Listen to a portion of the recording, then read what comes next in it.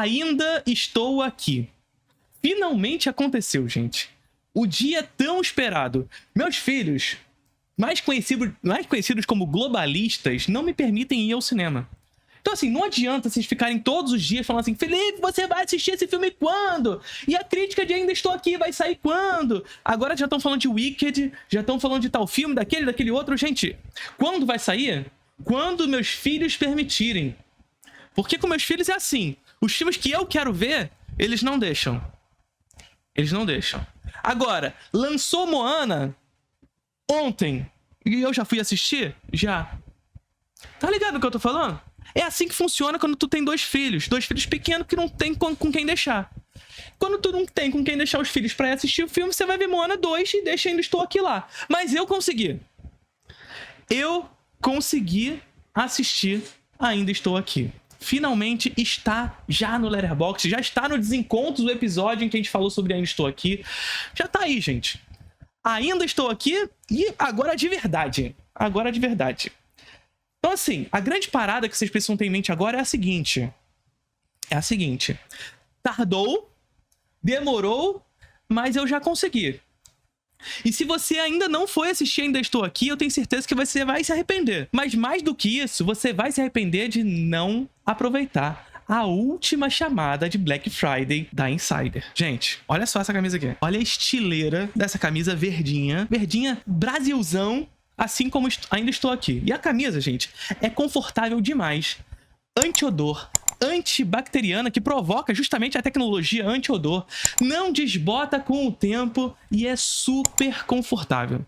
Além disso tudo, o que é mais incrível nessa camisa aqui é que ela desamassa com o calor do corpo. Caraca, essa porra de ter que passar roupa. E as peças são todas com todas essas tecnologias. A gente tem a cuequinha aqui. Gente, a cueca é uma coisa de maluco. Confortável que abraça. Não enrola na perna, fica lá grudando, sabe? Que você vai puxar e vem os pelinhos junto. Não, isso não acontece com as peças da Insider, com a cuequinha da Insider, com os Everyday Shorts da Insider. Então já aproveita a última chamada Black Friday pra não se arrepender depois, hein? Assim como eu me arrependi de demorar tanto pra assistir Ainda Estou Aqui. Não foi culpa minha, mas já consegui concluir. Agora você não perca essa oportunidade e use o cupom Felipe Leão 15. E acumulando com os descontos que já estão no site, você pode ter até 40% de desconto. Gente, acumulando o desconto do meu cupom, você tem até 40% de desconto no site da Insider, nessa última chamada. Se tu não aproveitar, meu amigo, aí eu já não sei onde tá com a cabeça. Loucura é não aproveitar esse conforto aqui, tá bom? Então vamos pra Ainda Estou Aqui. Vamos lá. Ainda Estou Aqui. Filme que tardou tanto pra sair a minha crítica, né? Mas agora saiu, vocês não vão mais encher o meu saco com relação a isso. Vamos lá. Ainda Estou Aqui é um filme sobre memória. O interessante, porém, parte de como essa memória é estruturalmente construída desde a primeira cena. O filme começa com Eunice resguardada nas águas do mar. Isso aqui é muito interessante, porque o início do filme me lembra muito a cena da praia de Fabelmans, do Spielberg. Aliás, em termos de direção, o Ainda Estou Aqui me lembra muito Spielberg. O que denota um tanto daquilo que a gente já conversou inúmeras vezes aqui, que Walter Salles ele tem esse estilo muito propriamente americanizado, que muito me incomoda em muitos casos, mas em Ainda Estou Aqui isso não aconteceu tanto. Houve alguns momentos de incômodo, a gente vai falar durante nossa crítica aqui, mas, no geral, eu achei um filme muito mais maduro do que os demais. E essa primeira cena me lembra muito os Fabelmans, mas, por outro lado, ele consegue trazer aquela cena para uma lógica muito mais nacional. A gente consegue entender aquele processo de uma maneira muito mais nacional. Mas também me lembrou muito a cena de início do Era Uma Vez no Oeste, do Sérgio Leone. Por quê? Porque logo no início do filme, a gente tem uma cena... Logo no início do filme, a gente tem essa cena onde a Fernanda Torres está deitada no mar, né? Ela está boiando na água. E a gente tem um silêncio absoluto, uma paz que se constrói naquele ambiente, naquela cena que o Walter Salles traz. Só que assim, ao mesmo tempo que a gente vê um silêncio, uma paz que é resguardada na personagem da Fernanda Torres naquele momento... a gente vê um helicóptero do exército, um helicóptero militar, cortando esse silêncio e indo em direção à praia. A gente vê no semblante da Fernanda Torres, ao mesmo tempo que a paz, também esse corte pelo que vem em seguida. Em Era Uma Vez no Oeste, a gente vê isso com o trem, com a chegada do trem. A gente tem um silêncio absoluto, uma paz reinante e o trem cortando esse silêncio em direção a essa nova civilização que iria se construir no Oeste e que iria trazer todas as consequências e etc e tal a partir disso. Aqui, nós temos exatamente a mesma questão. A Fernanda Torres em seu silêncio absoluto e o corte provocado pelo helicóptero militar e todo o medo que se instauraria naquilo. Esses primeiros momentos do filme, inclusive, esses primeiros momentos de Ainda Estou Aqui, demonstram justamente essa família solar, feliz, o sol que penetra aquela casa, que é brilhante, inclusive a fotografia do filme nessa construção de uma ideia de todo familiar e depois da perda da memória, é frequentemente também cortado por esse desespero da Fernanda Torres contido em meio a essa felicidade. Ao mesmo tempo em que ela é feliz, ela tem a dúvida do que está por ali, do que está acontecendo. O olhar da Fernanda Torres, o sorriso da Fernanda Torres é sempre muito dúbio entre essa felicidade que a ela é guardada e essa dúvida do que é o Brasil nesse contexto histórico. E é interessante como esse sorriso da Fernanda Torres é diferente na primeira parte do filme e na segunda parte do filme. A gente vai entender isso daqui a pouco. Vamos lá. Um helicóptero do exército corta o silêncio e a paz instaura a paz instaura uma constante preocupação que irá acompanhar o da personagem de Fernanda Torres. Ao mesmo tempo, o helicóptero faz o olhar de Eunice e os nossos se direcionarem para a praia. Afinal, ela está deitada sobre a água, o helicóptero corta em direção à praia, fazendo com que o olhar da Fernanda Torres vá para a praia junto ao nosso. E aí o Walter Salles faz esse caminho de sair da água e ir em direção à praia para que a gente conheça a família dela. Ambiente importante para a construção de uma ideia resplandecente e ao mesmo tempo melancólica. A praia tem essa função no filme narrativa que é muito interessante. Aliás, o Walter Salles ele consegue construir uma narrativa bastante madura justamente por conseguir consolidar e reunir dialeticamente esses símbolos. A praia, a caixinha de fósforo, o sorriso da Fernanda Torres, todos esses símbolos são semanticamente e emocionalmente bem consolidados entre elas. Se constrói um determinado gatilho em determinado momento e ele retorna posteriormente, mas de maneira bastante coesa. Isso acontece com todos esses elementos, sobretudo o sorriso e a caixinha de fósforo com o dente da menina dentro. São cenas maravilhosas.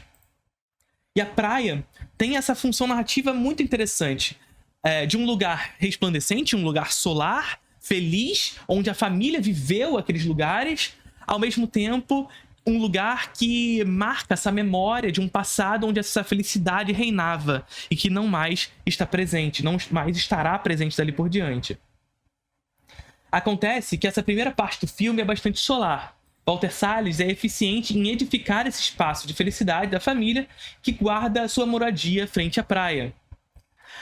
A casa é fresca, não precisa de ar-condicionado. Em determinado momento do filme, o Rubens Paiva fala para Fernanda Torres isso, né? Ela fala, será que não é interessante a gente botar um ar-condicionado no quarto das crianças? E o Rubens Paiva fala, não, a casa é bastante fresca, ela tem bastante janelas, o ar entra com facilidade, assim como a luz entra com facilidade nesse lugar. O sol penetra com facilidade. E a fotografia do filme captura de maneira única essa maneira a qual a luz solar se comporta nesse espaço. Então veja, é um filme, Ainda Estou Aqui, um filme que consegue capturar de maneira bastante interessante essa relação que a luz natural tem com aquele espaço, com a casa, apresentando, a partir dessa maneira como a luz se comporta, uma relação semântica com a história.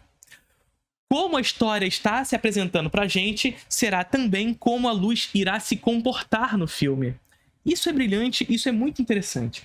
O espaço é amplamente reconhecido aos nossos olhares. Nós, enquanto espectadores, sabemos exatamente como é cada um dos espaços daquela casa. Cada cômodo é iluminado com uma sensação única, nos fazendo reconhecer cada um desses espaços. Mais que isso, Salles dá tempo a esses momentos e a contemplação desses espaços e momentos vividos. Essa capacidade de dar tempo, de estruturar esse tempo, de esculpir esse tempo, faz com que nós consigamos nos empatizar com aqueles que vivem esse espaço de felicidade, esse espaço solar. Esse espaço de felicidade e solar que, porém, frequentemente é cortado pela dúvida. A dúvida do momento histórico, do contexto o qual aquela família vive. Sabe? Não caindo na tentação de rasgar o filme imediatamente com a ameaça inevitável. Isso aqui é uma das melhores coisas do filme, tá? Isso aqui é uma das melhores coisas de Ainda Estou Aqui. Por quê? Porque existe uma tentação quase inevitável de, ao se tratar de um filme sobre ditadura militar, que quase imediatamente nós sejamos jogados ao medo. De que imediatamente nós sejamos jogados a um buraco onde nós cada vez mais iremos nos afundando na história. O início do filme faz com que a gente creia que isso vai acontecer. Porque logo no início a gente tem a cena de uma das filhas levando um enquadro da polícia militar. E justamente esse medo da família esperando, será que ela vai chegar? Será que ela vai chegar? E ali a gente já tem um esboço de que talvez o Walter Salles já nos jogasse a todo esse medo provocado por esse contexto histórico de maneira imediata. Mas não. A gente vai vendo que, frequentemente, a gente vai paulatinamente entrando nesse medo. O medo está permeando o imaginário da Eunice, mas a gente não é jogado de imediato a ele. Por quê? Porque o Salles ele consegue dar tempo a esses momentos de felicidade, e ao dar tempo a esses momentos de felicidade, construir em nosso imaginário, na nossa maneira de empatizar com aquela família, o tanto que o peso que viria a surgir depois tem sobre ela, sobre aquela família. O peso sobre aquela família só é possível porque nós pudemos vê-la feliz. Percebe? Em outras palavras, o peso dos eventos que se sucedem, ou seja, a ditadura militar, o DOPS, a tortura e etc e tal, a busca por Rubens Paiva, só o são por conta desses momentos solares, dessa lembrança. A memória do que se perdeu. A memória enterrada numa caixinha de fósforos na areia. Uma das cenas mais lindas do filme. Que é justamente o momento onde a menina, uma das meninas novas ali no filme, das mais novas da família, tem o seu dente, o dente cai, né? Ou seja, uma espécie de demonstração do amadurecimento daquela criança, mas ao mesmo tempo de uma certa ingenuidade, de uma infância, etc e tal. E o Rubens Paiva, em uma das suas últimas cenas, antes de ser levado pelos militares, enterra a caixinha de fósforos com o dente da filha na areia. Na verdade, ele enterra e imediatamente desenterra e esconde, sem a filha ver. E posteriormente, algumas cenas depois, já lá pro final do filme, a Fernanda Torres, a personagem Fernanda Torres, a Eunice, entrega a caixinha pra filha. E fala, a menina fala, mas só o papai conhece isso. Só o papai sabia onde estava enterrado. E a Fernanda Torres, Eunice, fala, eu sei de muitas coisas. A mamãe sabe de muitas outras coisas. Em algum momento depois no filme, e isso é uma das cenas mais tristes e ao mesmo tempo belas do filme, a menina que teve o seu dente enterrado pergunta pro Marcelo Rubens Paiva, que é o autor do livro, né? Pergunta pra ele, qual foi o momento em que você se despediu do papai, que você soube que ele não iria mais voltar? E ele fala, foi o momento em que a mamãe se livrou das roupas dele. E a menina fala que o momento em que ela descobriu isso foi o momento que eles saíram do Rio de Janeiro e foram pra São Paulo. Que foi exatamente o momento em que a Fernanda Torres entregou a caixinha pra ela. Ou seja, o momento onde o dentinho foi desenterrado. O dentinho da lembrança do pai. Olha só como o Salles ele é bastante maduro em construir esses símbolos, em reunir esses símbolos em dar esses, para a construção narrativa, esses gatilhos e esses socos, de fato, que criam uma semântica muito específica. Peraí. Ainda assim, importante dizer que a beleza que se experimenta nesse primeiro momento, constantemente assinalado pelo sorriso da família e o de Eunice nas fotografias, é também cortado por uma insegurança que circunda. Percebe o que eu disse? Apesar de felizes, essa insegurança está sempre ali circulando eles. Não é que Salles esteja construindo um lugar descolado da realidade histórica, como se nada estivesse acontecendo. Ou seja, essa primeira parte do filme, que é mais solar, bela e tudo mais, não é como se ele estivesse fazendo um grande comercial de margarina, como se nada estivesse acontecendo no Brasil. Não. Está mostrando que aquela família construía memórias. E essas memórias foram perdidas. Ainda nesse primeiro momento, por esse constante sentimento de insegurança e, de fato, a consolidação dessa insegurança que irá cortar essa família. O perigo permeia, circunda e encurrala pouco a pouco esses familiares. E quando chega, sem pressa, muda tudo. Quase a memória permanece, junto ao sorriso que guarda agora a melancolia. Fernanda Torres, também através de uma excelente direção, consegue exprimir essa difícil sensação de medo, de insegurança, tristeza, equilibrando esses sentimentos, contendo as águas nos olhos e sorrindo. Sorrindo, um sorriso que chora sangue, mas que refletem os momentos que guarda sem deixar a lágrima cair. Isso aqui eu acho brilhante, porque, inclusive, a atuação da Fernanda Torres me lembra muito as atuações da Setsuko Hara nos filmes do Ozu. Tá ligado?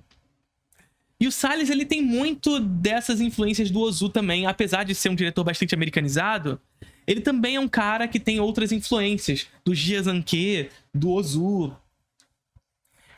E o Ozu tem aula na Introdução ao Cinema sobre o cinema de Ozu, inclusive. Entrou agora, em dezembro. A primeira aula de dezembro é sobre o cinema de Ozu.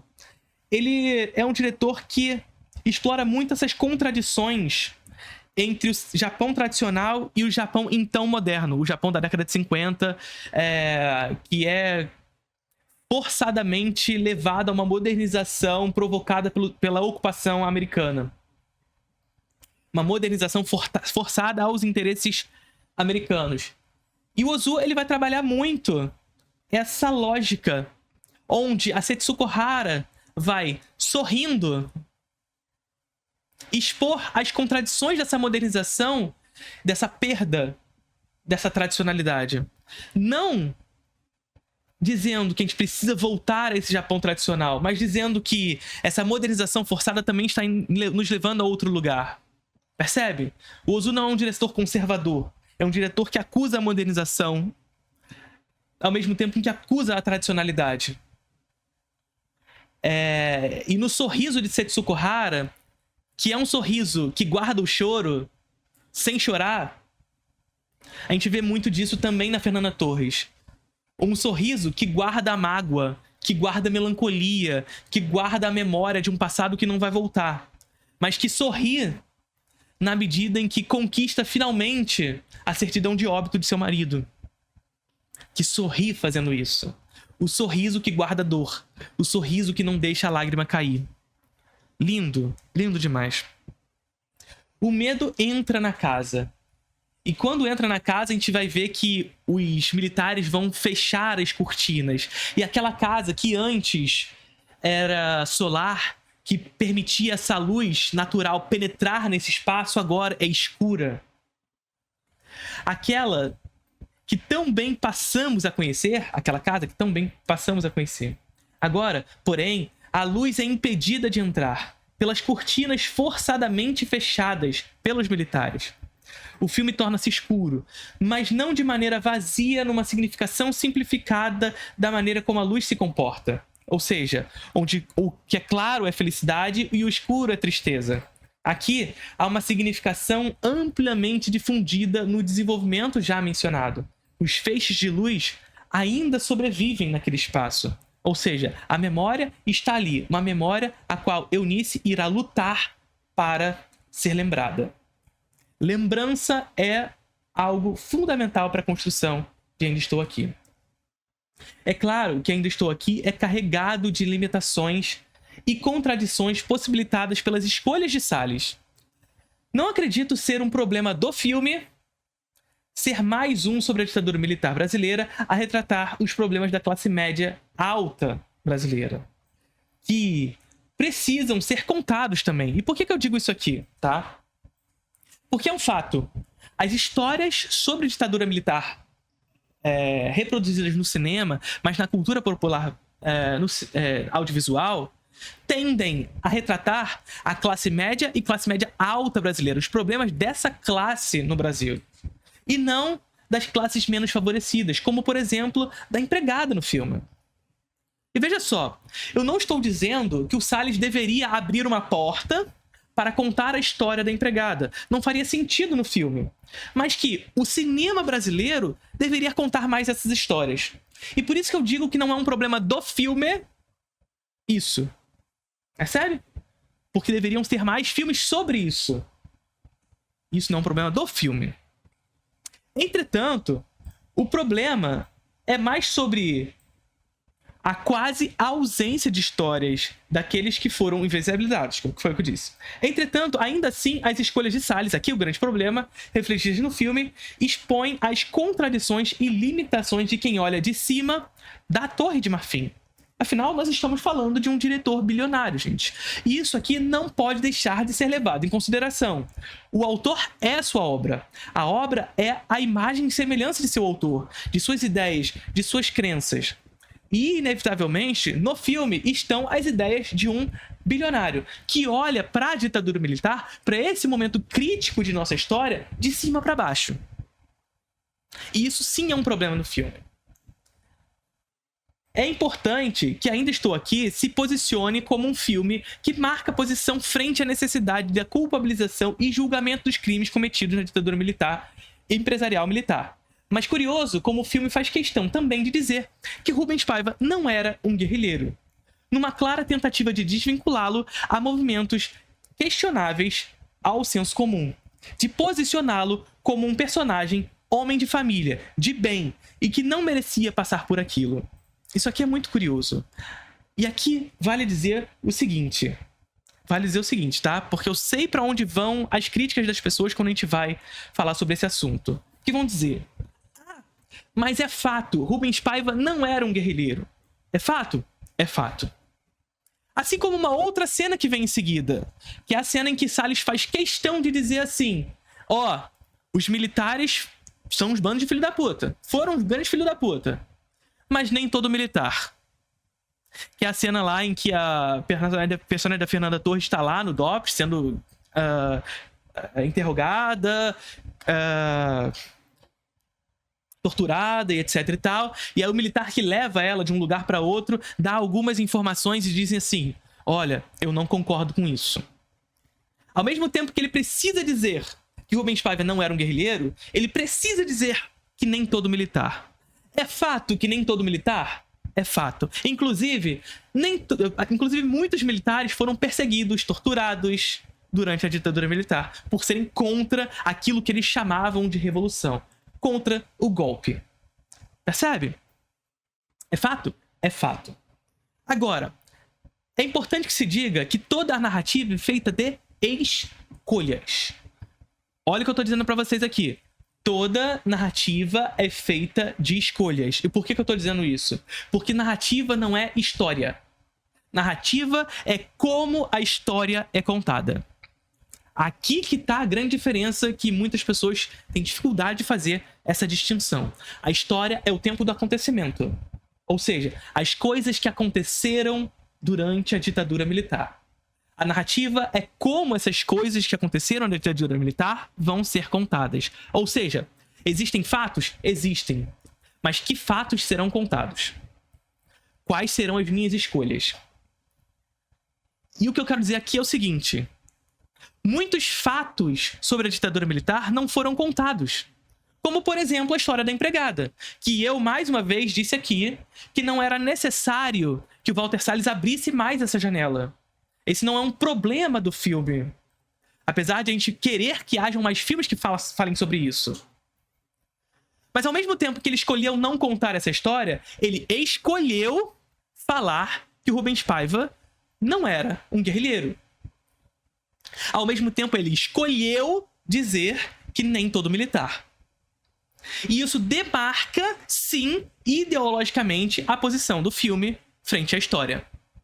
Apesar de serem fatos, foram os fatos escolhidos para estarem na narrativa. Percebe? Foram fatos escolhidos para estarem na narrativa. Essa é que é a grande questão. Fatos históricos são escolhidos. Por quê? Porque é um filme de pouco mais de 2 horas e a história da ditadura militar e todos os seus fatos, todos os fatos, inclusive sobre a história de Rubens Paiva e Eunice, não foram contados. Não foram contados. E isso não é um problema, porque toda narrativa é uma escolha. Toda narrativa é um processo de esculpir esse tempo. E esculpir esse tempo faz parte das escolhas de como contá-lo. E Salles escolheu falar. Ele não era um guerrilheiro, numa clara e manifesta intenção de dizer que ele era um homem de família, de bem.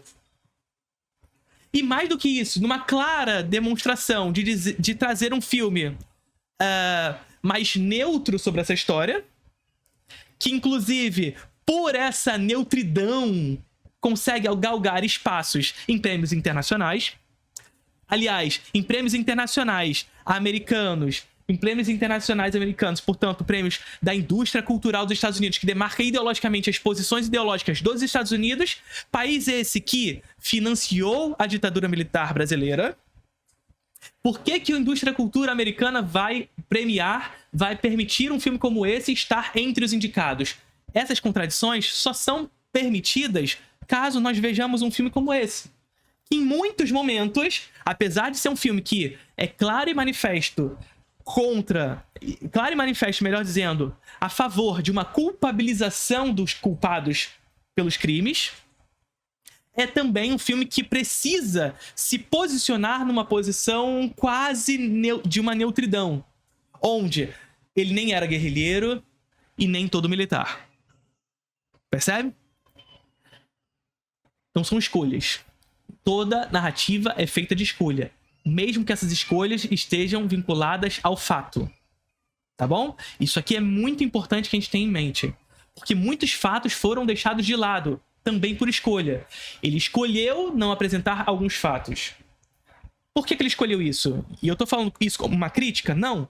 Eu estou falando que, para apresentar a sua história, é necessário todo diretor, não só o Salles, todo diretor fazer escolhas. Daquilo que ele vai deixar de fora e aquilo que ele vai apresentar. E aquilo que ele deixou de fora e aquilo que ele escolheu apresentar posiciona o seu filme tanto ideologicamente quanto narrativamente. E essa escolha faz com que Salles posicione seu filme de maneira mais universal, mais generalizante. Essa é a parada, tá bom? Claro que não merecia... Claro que não merecia, né? Mas por ser um cidadão de bem, seja lá o que isso significa. Ou seja, é claro que... Eu quero dizer aqui, é claro que Rubens Paiva não merecia ser assassinado por conta da ditadura militar brasileira. Mas ele não merecia porque ele era um homem de bem? Porque ele é um homem tradicional, de família? Porque ele tinha uma família feliz e maravilhosa? Não, não só por isso. Não só por isso. Sério? Ao mesmo tempo, Salles escolhe também pontuar que nem todo militar concordava com tudo aquilo, com uma pequena fala de um soldado que dá poucas informações para Eunice quando estava presa. Veja, é só uma fala, é coisa de 5 segundos a cena. Mas ela é suficiente para posicionar o filme nesse lugar. Nem todo militar. É verdade, nem todo militar concordava. É verdade também que Eunice relatou esse evento. Olha só o que eu tô falando. São verdades, são fatos, mas fatos escolhidos. O que digo aqui é que nem todo fato estará representado em seu filme. E o que está representado existe por uma escolha. Salles opta por dizer que Rubens Paiva não era um guerrilheiro da luta armada, justificando por isso o motivo que ele não merecia passar por tudo. Ao mesmo tempo em que precisa pontuar que nem todo milico. São escolhas. Escolhas que refletem essa limitação de quem olha de cima, mas também de um filme que parece precisar agradar a todos. Essa é a parada. É um filme que precisa constantemente se posicionar nesse lugar de estar agradando a todos. E é por isso que é um filme que está com fortes indícios de estar concorrendo ao Oscar de filme estrangeiro, e se não, em outras categorias também. Porque o que eu quero dizer aqui é o seguinte, gente. É claro que é um filme de qualidade, é um filme que eu dei 4 estrelas e meia. É um filme que eu adorei com todas as minhas forças. De verdade. Verdade. Torcerei pelo filme no Oscar, porque adorei o filme. Mas, além disso, é importante que a gente diga: o Oscar não é sobre qualidade. Não é. Por mais que os filmes tenham qualidade, os que porventura possam ganhar, tenham qualidade, as suas escolhas refletem uma escolha ideológica. Por que Ainda Estou Aqui é o indicado? Um filme que retrata sobre a ditadura militar brasileira, financiada pelos Estados Unidos, mas que posiciona essa história de maneira a agradar a todos. E o mesmo eu falo para todos os filmes já indicados, vencedores, etc e tal. Por que Parasita foi o filme escolhido para ser o primeiro filme não americano a ganhar o Oscar?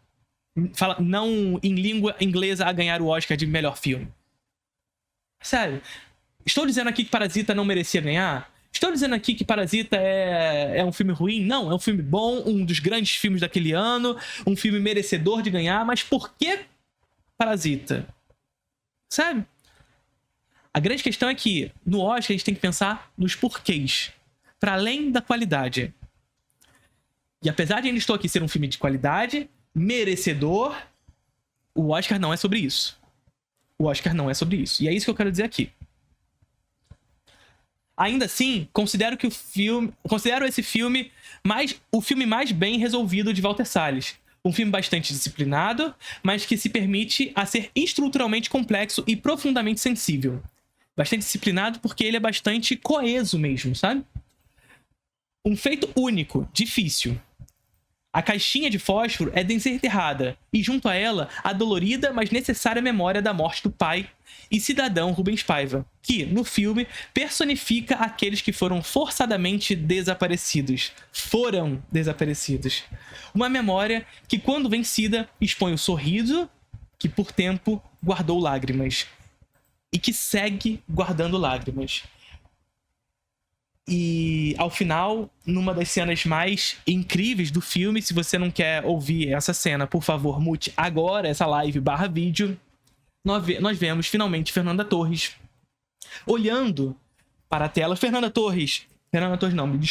Montenegro, representando Eunice, e também sua filha, Fernanda Torres, que representava Eunice, já acometida pelo Alzheimer. E eu tive uma avó com Alzheimer e isso me lembrou muito minha avó.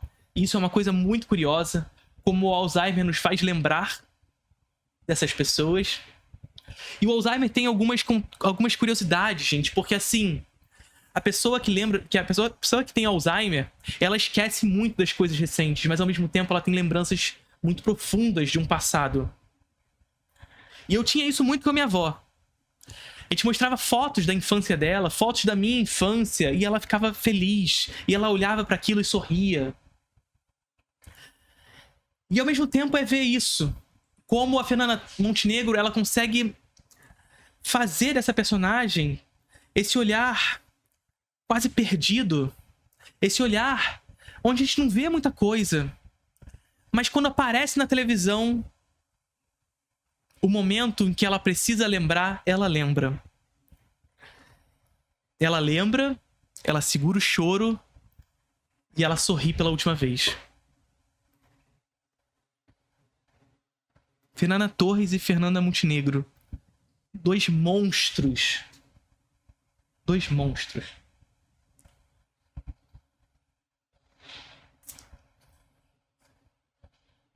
Curtiram o vídeo?